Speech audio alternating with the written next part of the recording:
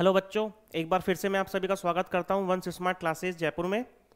My self Himanshu Agarwal. जैसा कि आप सभी लोगों को पता है, सीएमए फाउंडेशन के एग्जाम्स जो हैं वो स्टार्ट होने वाले हैं।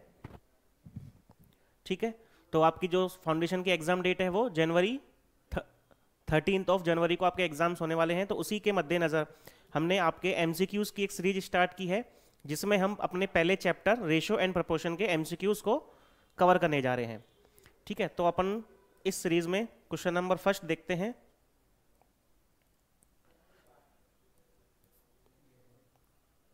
क्वेश्चन नंबर वन क्या बोलता है? इफ ए रेशो बी बराबर 2:5 है, then we have to find out the value for 10a + 3b ratio 5a + 2b। ये किसके इक्वल होगा? सो गिवन दिया हुआ है a रेशो b।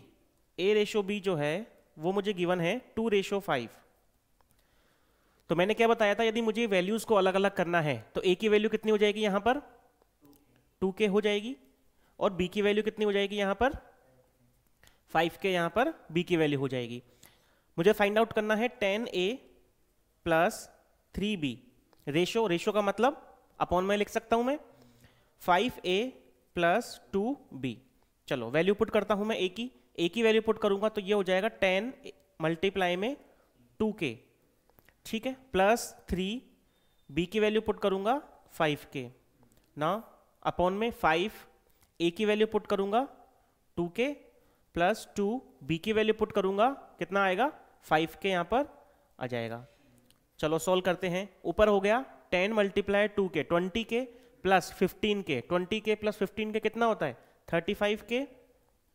ऐसे नीचे देखो 5 2 जा 10k प्लस 2 5 जा 10k, तो 10 + 10 कितना होता है 20k, तो k से k कैंसिल आउट हो गया। 5 7 जा 35, 5 4 जा 20, तो जो अपना आंसर होगा वो होगा 7:4। तो इसमें कौन सा आंसर अपना राइट आंसर होगा? ऑप्शन नंबर ए अपना जो है वो इसका राइट आंसर होगा। ठीक है, चलो आगे सेकंड क्वेश्चन की तरफ मूव करते हैं। सेकंड क्वेश्चन क्या बोल रहा है? The ratio compounded of 4:5 and sub duplicate ratio of a:9 is 8:15 है। कहने का मतलब ये है, तो मुझे find out the value of a। Question समझ में आया? क्वेश्चन क्या बोल रहा है कि कंपाउंडेड रेशो किस किस का कंपाउंडेड रेशो 4:5, एंड कंपाउंडेड कैसे निकलता है? जितने भी रेशो हमको दिए हुए हों उनको आपस में मल्टीप्लाई कर दूंगा तो वो कंपाउंड रेशो निकल कर आ जाएगा। तो 4:5 and sub duplicate of a:9। a:9 का सब डुप्लीकेट कैसे निकालता हूं मैं? किसी भी रेशो का सब डुप्लीकेट निकालने का क्या मतलब है कि स्क्वायर रूट लेना उसका, और वो जो मुझे दे रखा है कंपाउंडेड वो कितना दे रखा है 8:15। तो दो रेशो थे 4:5 and sub duplicate of a:9, इन दोनों का कंपाउंडेड जो मुझे रिजल्ट दे रखा है क्वेश्चन में वो दिया हुआ है 8:15। जब ये 8:15 दिया हुआ है तो मुझे क्या करना है, a की वैल्यू फाइंड आउट कहां पर करनी है। चलो सोल्व करते हैं। देखो 4 2 जा 8, 5 3 जा 15, तो यहां पर बचा क्या √a/√9। √9 कितना होता है 3 होता है, इधर 2/3। अब इधर देखो 3 से 3 कैंसिल आउट हो गया, तो मेरे पास क्या बचा √a = 2 बचा। यदि मैं बोथ साइड में स्क्वायर कर देता हूं तो √a का स्क्वायर बराबर में 2 का स्क्वायर, तो a की वैल्यू कितनी आ जाएगी मुझे बताओ भाई। √a का स्क्वायर करूंगा तो इसका मतलब क्या निकल कर आएगा बाहर, a निकल कर आएगा। 2 का स्क्वायर करूंगा तो 4 निकल कर आएगा। तो जो अपना आंसर होगा a का क्या होगा 4 होगा। और कौन सा ऑप्शन इसमें मैच कर रहा है? ऑप्शन नंबर सी यहां पर अपना मैच कर रहा है। ठीक है, हो गई कोई प्रॉब्लम? चलो आगे मूव करते हैं क्वेश्चन नंबर थर्ड की तरफ। क्वेश्चन नंबर थर्ड क्या बोल रहा है? इफ a:b:c जो दिया हुआ है वो है 2:1:3। तो a:b:c की वैल्यू मुझे दी हुई है 2:1:3 मुझे दी हुई है। तो यहां से यदि मैं वैल्यू इनकी अलग अलग करता हूं तो a की वैल्यू हो गई 2k, b की वैल्यू हो गई यहां पर k, और c की वैल्यू हो गई यहां पर 3k। ठीक है, नॉर्मल चीज की है, कोई अलग से एक्स्ट्रा चीज नहीं की है। आगे वो क्या बोल रहा है 2a - 3b + c। 2a - 3b + c जो है वो 8 दिया हुआ है, तो मुझे किसकी वैल्यू फाइंड आउट करनी है? a + b + c की वैल्यू मुझे फाइंड आउट करनी है।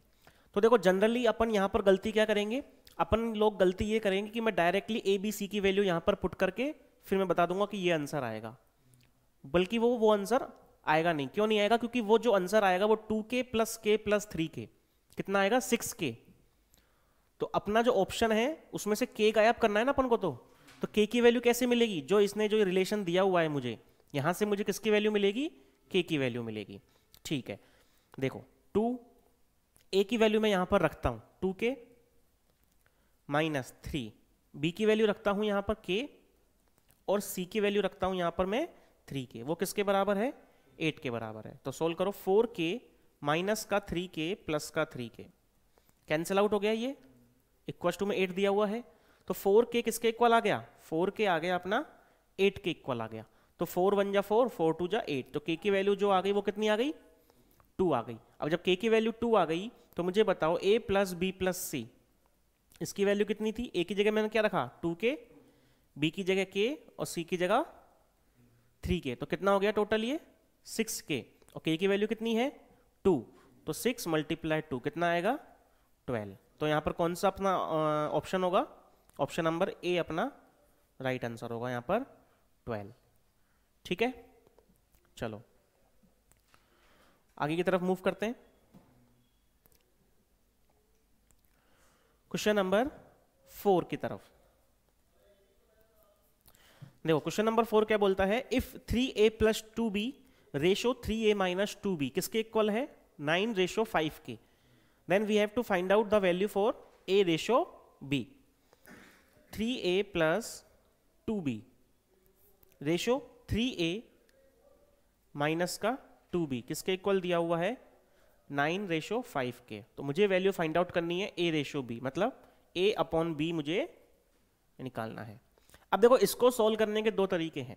या तो मैं क्रॉस मल्टीप्लाई कर लूं, उसके बाद मुझे a और b की वैल्यू मिल जाएगी, राइट। एक तो तरीका जनरल तरीका जो सबको आता है, ठीक है। क्रॉस मल्टीप्लाई करने से क्या होगा? 5 3 जा 15a प्लस 10b, इधर करूंगा तो 27a माइनस का 18b।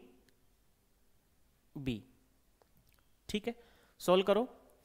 18b को मैं इधर ले आता हूं तो ये बन जाएगा 28b, और 15a को मैं उधर लेके जाऊंगा तो 27 में से 15 माइनस होगा तो कितना बचेगा? 12a बचेगा। तो यहां पर a अपॉन b किसके बराबर आ गया? 28 अपॉन में 12 के।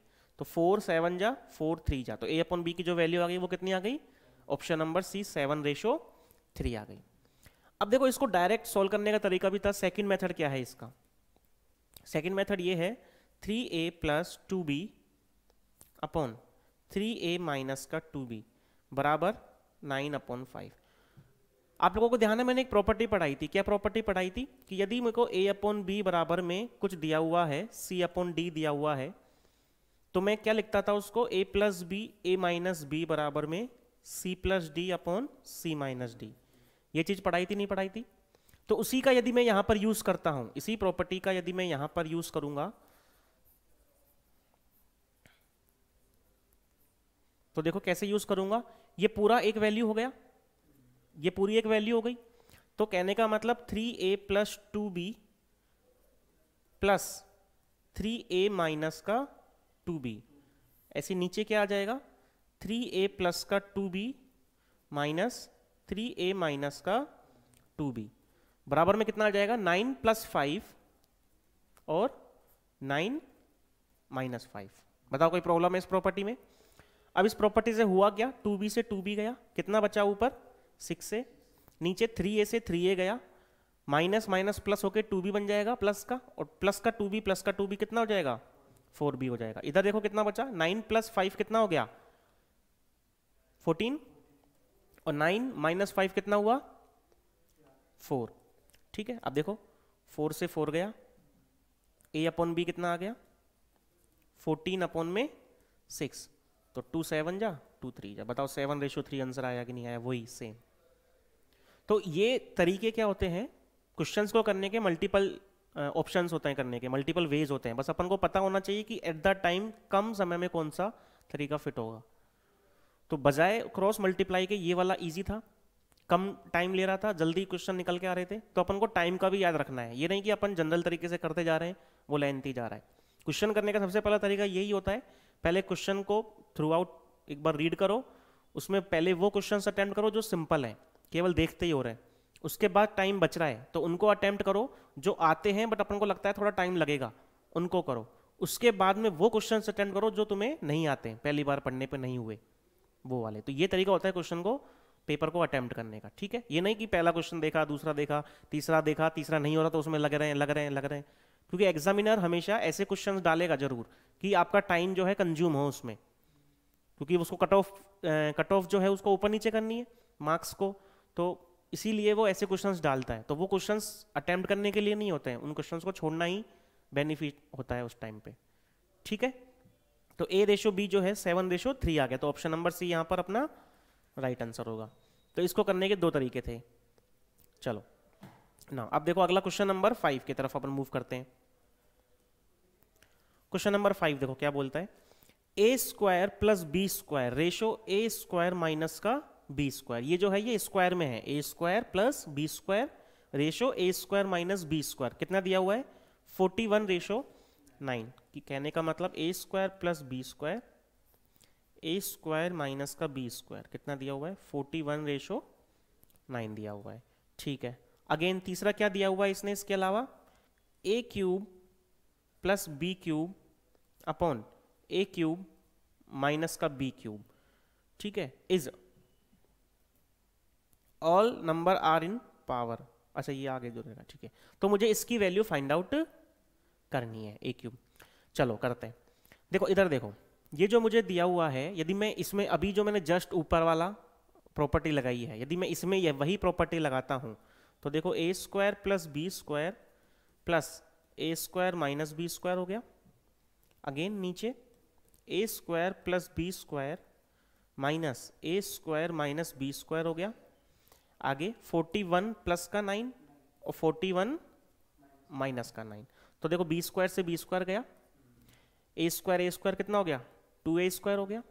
ऐसे नीचे देखो B² और B² प्लस का है, A² से A² कैंसिल हो जाएगा, ये प्लस का A² ये माइनस का A², बचेगा क्या नीचे B² माइनस माइनस प्लस का B², तो 2B² हो गया नीचे, ठीक है।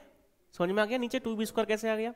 उसके बाद 41 + 9 कितना हो गया 50, और 41 में से 9 में सब्ट्रैक्ट करूंगा तो कितना बचेगा 32,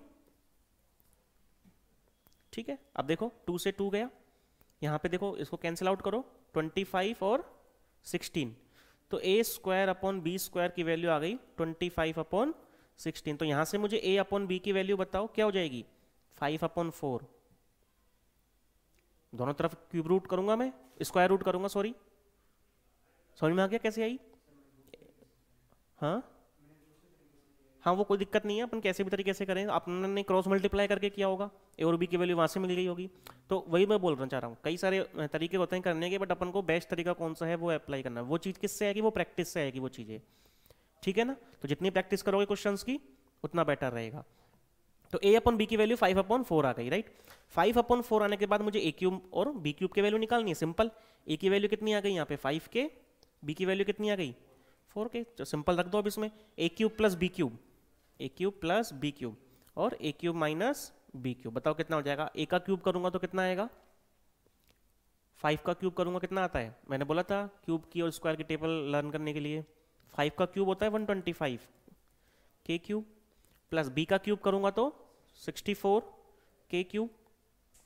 नीचे देखो वही 125 K³ माइनस का 64 K³। अब देखो K³ ऊपर से भी आ रहा है नीचे से भी आ रहा है, कॉमन आके कट जाएगा, वो डायरेक्ट लिखने की जरूरत नहीं है। पेपर में स्किप करनी है अपन को हर चीज़ें, जैसे कि स्टेप बाय स्टेप लिखना नहीं है, जैसे कि मैं यहाँ पे बता रहा हूँ उस तरह से नहीं लिखना है। अपन को जब पता है कि ये कैंसिल आउट हो रहा है तो उसको स्किप कर दो, केवल वो चीज़ें लिखो जो अपन कम समय में जल्दी जल्दी अपन आंसर ला सके। अपना जो मेन एम है वो ये रहेगा। तो 125 + 64 कितने हो गए 189, और 125 में से 64 जाएंगे तो 1 और 61, ठीक है। बस अब देखो 189/61 कैंसिल आउट हो रहे हैं क्या, अगर नहीं हो रहे कैंसिल आउट तो यही अपना आंसर होगा, ऑप्शन नंबर सी अपना राइट आंसर होगा, ठीक है। चलो आगे की तरफ मूव करते हैं, क्वेश्चन नंबर 6 की तरफ। अभी तक क्वेश्चन नंबर 5 में कोई प्रॉब्लम किसी को किसी भी तरह की। चलो क्वेश्चन नंबर 6 देखते हैं अपन।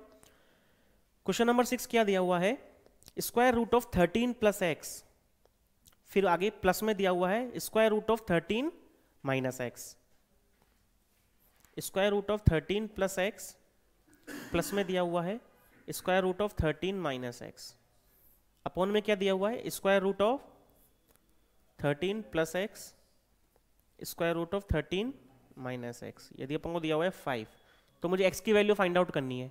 तो सिंपल तरीका, इसको 5/1 कर सकता हूँ।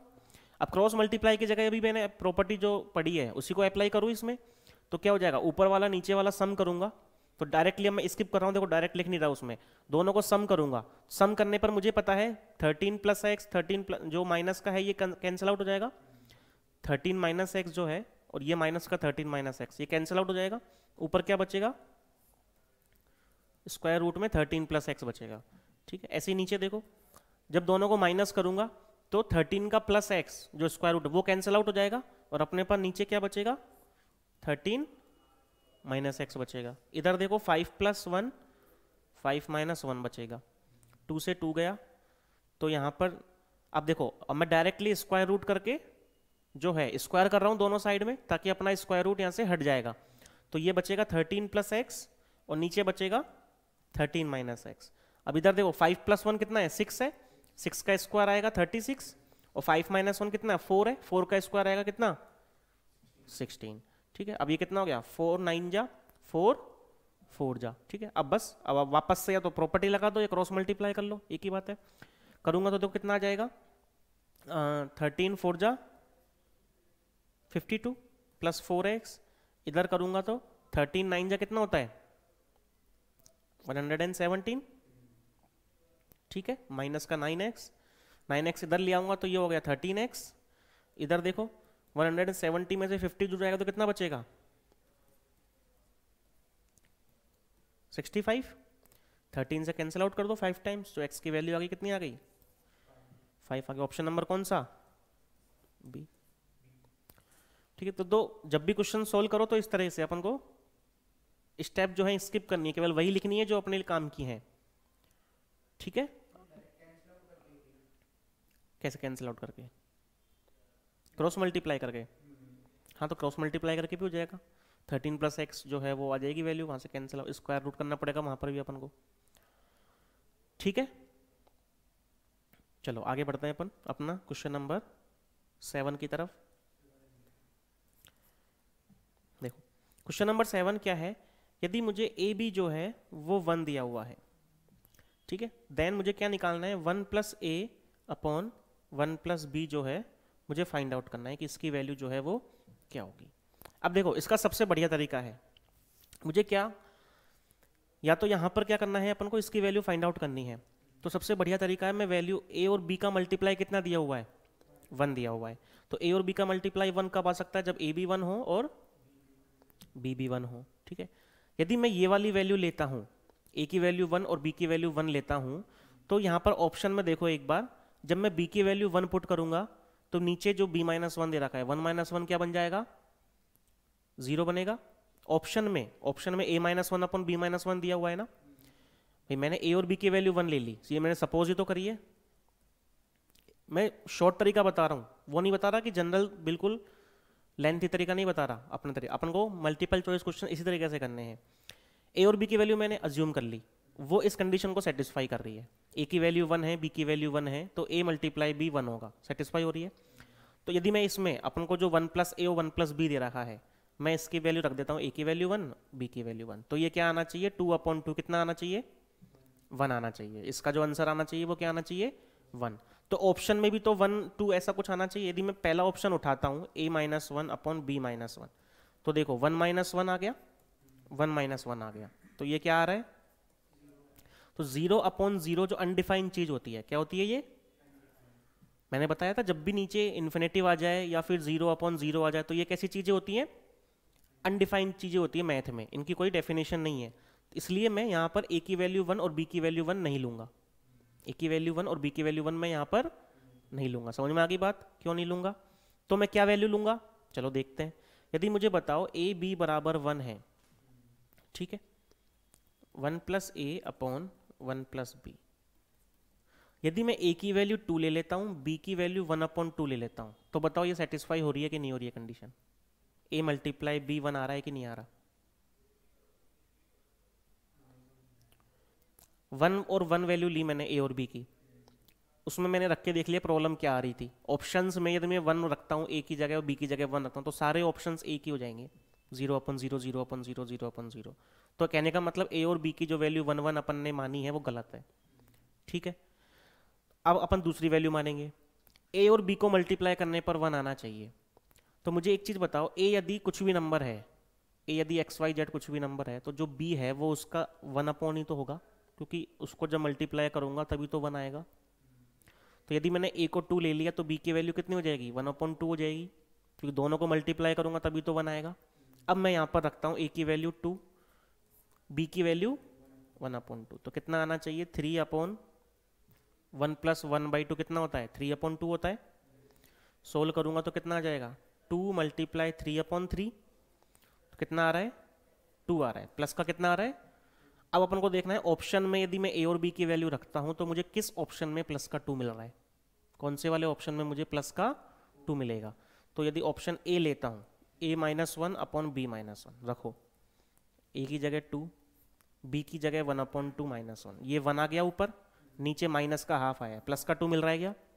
नहीं, तो मतलब a ऑप्शन नहीं है। अगला देखो, b ऑप्शन में देखो, 1 - b/a-1 रखो, 1 - b की वैल्यू कितनी है? 1/2, 2 - 1, 1/2 1/2 कितना हो गया? 1 में से हाफ जाएगा तो हाफ ही बचेगा, नीचे 1 बच, इससे क्या मिल रहा है अपन को? 1/2 मिल रहा है। तो b भी अपना ऑप्शन नहीं है। c में देखो, a-1 1 - b, तो देखो क्या आ रहा है? 2 - 1 1 - 1/2, तो 1/1/2, और यहाँ से प्लस का 2 मिल गया मुझे, तो इसका मतलब अपना जो ऑप्शन नंबर सी है वो अपना राइट आंसर होगा। आया समझ में कैसे होगा?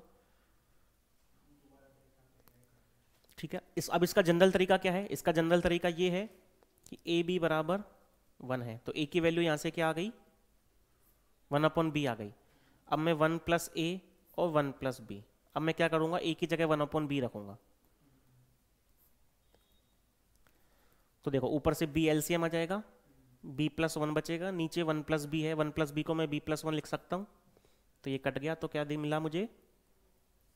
1/b मिला। मतलब इस पूरे की वैल्यू मुझे क्या मिल गई? 1/b मिल गई। अब वही चीज़ है ऑप्शन ए में मैं रख के देखता हूँ, ए की जगह 1/b रखो और अपना 1/b आना चाहिए।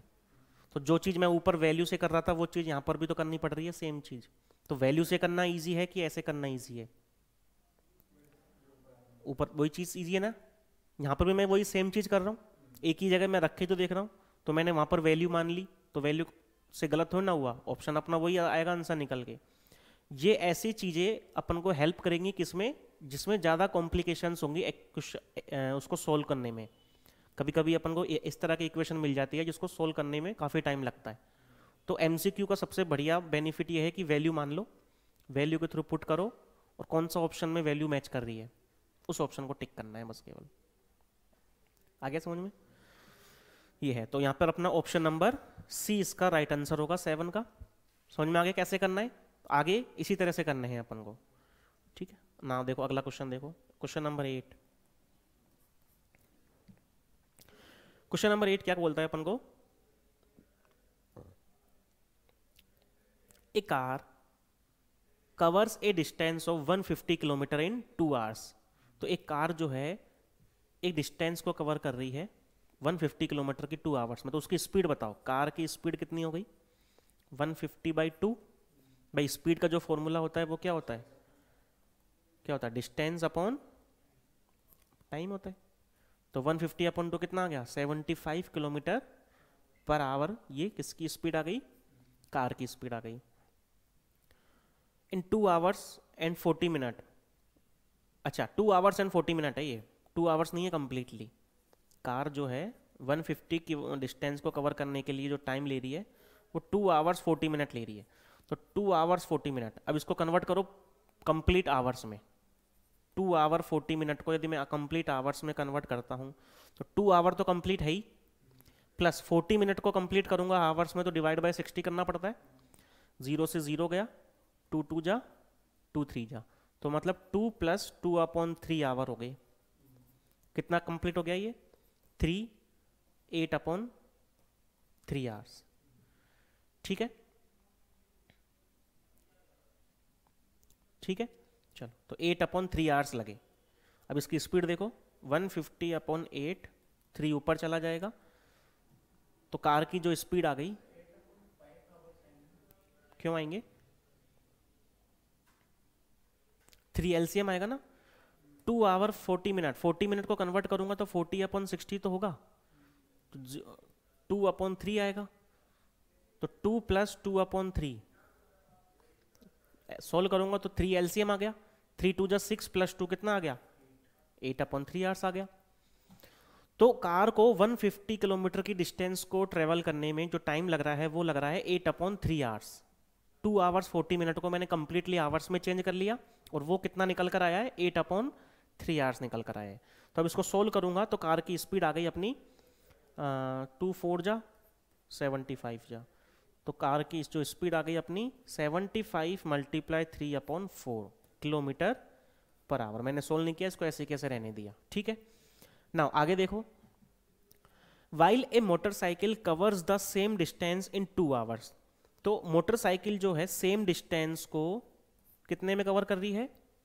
2 आवर्स में। तो उसकी जो स्पीड आ गई वो ये आ गई 75 किलोमीटर पर आवर। तो मुझे क्या करना है? उनकी स्पीड्स का रेशो ही तो निकालना है। तो कार रेशो मोटरसाइकिल, तो कार की आई थी 75 3/4 और इसकी आई थी 75, इससे ये कट गया, तो जो स्पीड आ गई वो 3/4 आ गई इनकी स्पीड का रेशो। तो ऑप्शन नंबर कौन सा है इसका right answer? A, option number A इसका राइट आंसर होगा। समझ में आ गया कैसे आया? 2 आवर 40 मिनट को किस तरह से अपन ने कंप्लीटली आवर्स में चेंज करना, मेन चीज केवल यही थी यहां पर। ठीक है, चलो अगला देखो, क्वेश्चन नंबर 9।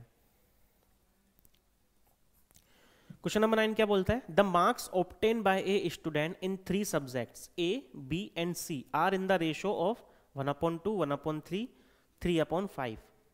ठीक है, तो ए बी और सी ये मार्क्स इन्होंने स्टूडेंट ने 3 सब्जेक्ट्स में गेन किए हैं। एक सब्जेक्ट है ए, एक सब्जेक्ट है बी, एक सब्जेक्ट है सी, और उनका रेशो दे रखा है मुझे 1/2 1/3 3/5। तो सबसे पहली चीज अपन को ये करनी है, जब भी मुझे फ्रैक्शन में रेशो दे तो मुझे उसको सिंपल रेशो में कन्वर्ट करना है। और सिंपल रेशो में कन्वर्ट करना मैंने बताया था, क्या करेंगे? नीचे एलसीएम लेंगे 2 3 5 का, 2 3 5 का एलसीएम कितना आएगा? 30। कन्वर्ट करो, 2 से डिवाइड करूंगा 30 को, ये 15 हो गया, ये कितना हो गया 10, और ये कितना हो गया 18। तो ए रेशो बी रेशो सी का जो सिंपलेस्ट रेशो आ गया वो कितना आ गया 15 10 रेशो 18। तो ये अपन ने जो फ्रैक्शन रेशो दे रखा था उसको सिंपल रेशो में कन्वर्ट कर लिया इस तरीके से। कुछ नहीं करना, नीचे वाले जो फ्रैक्शंस है, नीचे वाला जो डिनोमिनेटर होता है उसका एलसीएम लेना है। एलसीएम लेने के बाद सिंपल चीज है। ठीक है, तो ये आ गया। अब आगे देखो, if his total score is 430, यदि उनका टोटल स्कोर 430 था तो मुझे सी ने कितने मार्क्स गेन किए ये निकालना है। तो ए ने कितने मार्क्स गेन किए 15 के, बी ने कितने किए गेन 10 के, और सी ने कितने किए गेन। यदि मैं तीनों का टोटल कर दूं ए प्लस बी प्लस सी, तो ये किसके बराबर है? 430 के बराबर है कि नहीं? क्योंकि टोटल स्कोर जो है 430 तो है। ए का, बी का, सी का, तीनों ने जितने भी करे हुए वो 430 में से उतने तीनों को यदि मैं मिला दूं टोटल स्कोर 430 तो आएगा। तो वो किसके बराबर है? ए बी सी तीनों का टोटल स्कोर 430 है, तो ए का 15 के प्लस 10 के प्लस 18 के कितना है 430। ऐड करूंगा तीनों को कितना आ जाएगा? हाँ, 15 के प्लस 10 के प्लस 18 के को ऐड करूंगा तो 43 के आ जाएगा।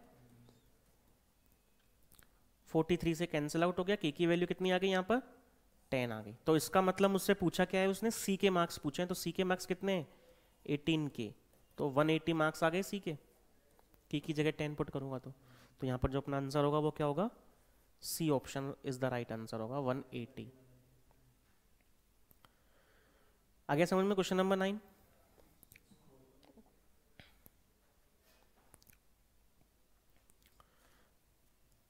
चलो नोटपैड पर रहेगा, यहीं पे कर लेना, नोटपैड पे ही रहेगा ये। क्वेश्चन नंबर 10 देखो। क्वेश्चन नंबर 10 क्या बोलता है, हाउ मेनी 50, 25 एंड 10 पैसे कॉइन्स, ठीक है, कितने पैसे के, 50 पैसे के, 25 पैसे के और 10 पैसे के, coins of which the number are in ratio 3:4:5 are together worth rate 15 रुपये बनाने हैं। क्वेश्चन समझ में आया कैसे, क्या कह रहा है ये कि हाँ मुझे 50 पैसे, 25 पैसे और 10 पैसे के कॉइन्स को मिलाकर टोटल 15 रुपीज़ बनाने हैं। अब उनमें जो रेशो होना चाहिए वो इस तरह से होना चाहिए कि 50 पैसे के जो कॉइन्स हो, 25 पैसे के जो कॉइन्स हो और 10 पैसे के जो कॉइन्स हो, उनका रेशो 3:4:5 है। तो इसमें से कौन सा अपना राइट आंसर होगा, ठीक है, ये देखना है अपन को। चलो अपन देखते हैं कि 50 पैसे के तो कितने कॉइन आएंगे, 25 पैसे के कितने कॉइन्स होंगे और 10 पैसे के कितने कॉइन्स होंगे, जाके मिलाकर 15 रुपये मिल जाए। चलो मुझे बताओ कि मान लिया 15 पैसे के जो टोटल कॉइन्स हैं वो कितने हैं, 3 के, भाई इतने रेशो दे रखा है ना इनका क्वांटिटीज का। 25 पैसे के जो कॉइन्स हैं वो कितने हैं, 4 के, और 10 पैसे के जो कॉइन्स हैं वो कितने हैं, 5 के। सॉरी यहाँ पर के आएगा पी की जगह। अच्छा अब मुझे बताओ यदि 50 पैसा का मतलब क्या होता है, यदि मैं रुपए में कन्वर्ट करूं 50 पैसे का मतलब क्या होता है, 1/2 रुपीज, एक का आधा ही तो होता है, कितना होता है, 50 पैसे को रुपीज में कन्वर्ट करूं तो 1/2 रुपीज तो होगा। यदि मैं बोलूं आपसे कि 50 पैसे के मेरे पास 10 कॉइन्स हैं तो मैं क्या बोलूंगा, 50 पैसा मल्टीप्लाई 10 कॉइन्स, कितना आ गया, 500 पैसा। 500 पैसे का मतलब कितना, 5 रुपी, क्योंकि एक रुपए के अंदर कितना पैसा होता है, 100 पैसा होता है। तो यदि मैं इनको मल्टीप्लाई कर दूं कि 50 पैसे के कॉइन है 3 के, टोटल क्वांटिटी कितनी है 3 के, तो 50 पैसा मल्टीप्लाई 3 के, ये अपनी मनी बन गई भाई, समझे। 50 पैसे के मेरे पास 15 कॉइन है, यदि मैं इनको मल्टीप्लाई करता हूं तो 750 पैसा आ गया। तो ये 750 पैसा क्या मनी तो है अपनी, जो 15 कॉइन से मिलकर बन रही है। 50 पैसे के 15 कॉइन्स को मिलाया तो 750 पैसे ही तो बनेंगे। 750 पैसे का मतलब 7.50 बने, ठीक है। तो वही तो मैं बोल रहा हूँ, यदि 50 पैसे के 3 के कॉइन्स हैं तो टोटल मनी कितनी बनी, 50 पैसा प्लस 3 के मल्टीप्लाई 3 के। ऐसे ही यहाँ पर 25 पैसे को यदि मैं कन्वर्ट करूंगा तो 4 के, और 10 पैसे को मैं कन्वर्ट करूंगा तो 5 के। अब 50 पैसे को मैं क्या लिख देता हूं, 1/2 रुपीज, अपन को 15 रुपए बनाने हैं ना, क्या बनाना है अपन को, 15 रुपए बनाने हैं। तो 50 को मैं रुपीज में कन्वर्ट करूंगा तो 1/2 आएगा, 1/2 मल्टीप्लाई 3 के, प्लस 25 पैसे को रुपीज में कन्वर्ट करूंगा तो 1/4 मल्टीप्लाई 4 के, प्लस 10 पैसे को रुपीज में कन्वर्ट करूंगा तो 1/10 मल्टीप्लाई 5 के। आ गया समझ में। तो ये जो पैसे थे सारे रुपीज में कन्वर्ट हो गए, किसके बराबर है ये, 15 रुपीज के। समझ में आ गया कैसे आया। अब बस सोल्व कर लो, ये 3/2 के प्लस ये 4 से 4 कट जाएगा, के रह जाएगा, ये 5/2 k/2 रह जाएगा, बराबर में 15। तो देखो 1.5 और आधा, 3/2 कितना होता है, 1.5 प्लस हाफ, तो कितना हो गया, 2 हो गया, 2 + 1 कितना, 3 के हो गया टोटल, ये बराबर में 15। तो के बराबर कितना आ गया, 5। तो मुझे बताओ 15 पैसे के टोटल कॉइन्स कितने थे, यदि रेशो उनका कितना है 3 के है, तो 3 × 5 कितना आ गया, 15। तो 15 कौन से ऑप्शन में दिख रहा है, ऑप्शन नंबर सी में दिख रहा है। तो 50 पैसे के तो 15 कॉइन्स होंगे, 25 पैसे के 20 कॉइन्स होंगे, 10 पैसे के 25 कॉइन्स होंगे। तो क्वेश्चन समझ में आ गया कैसे किया।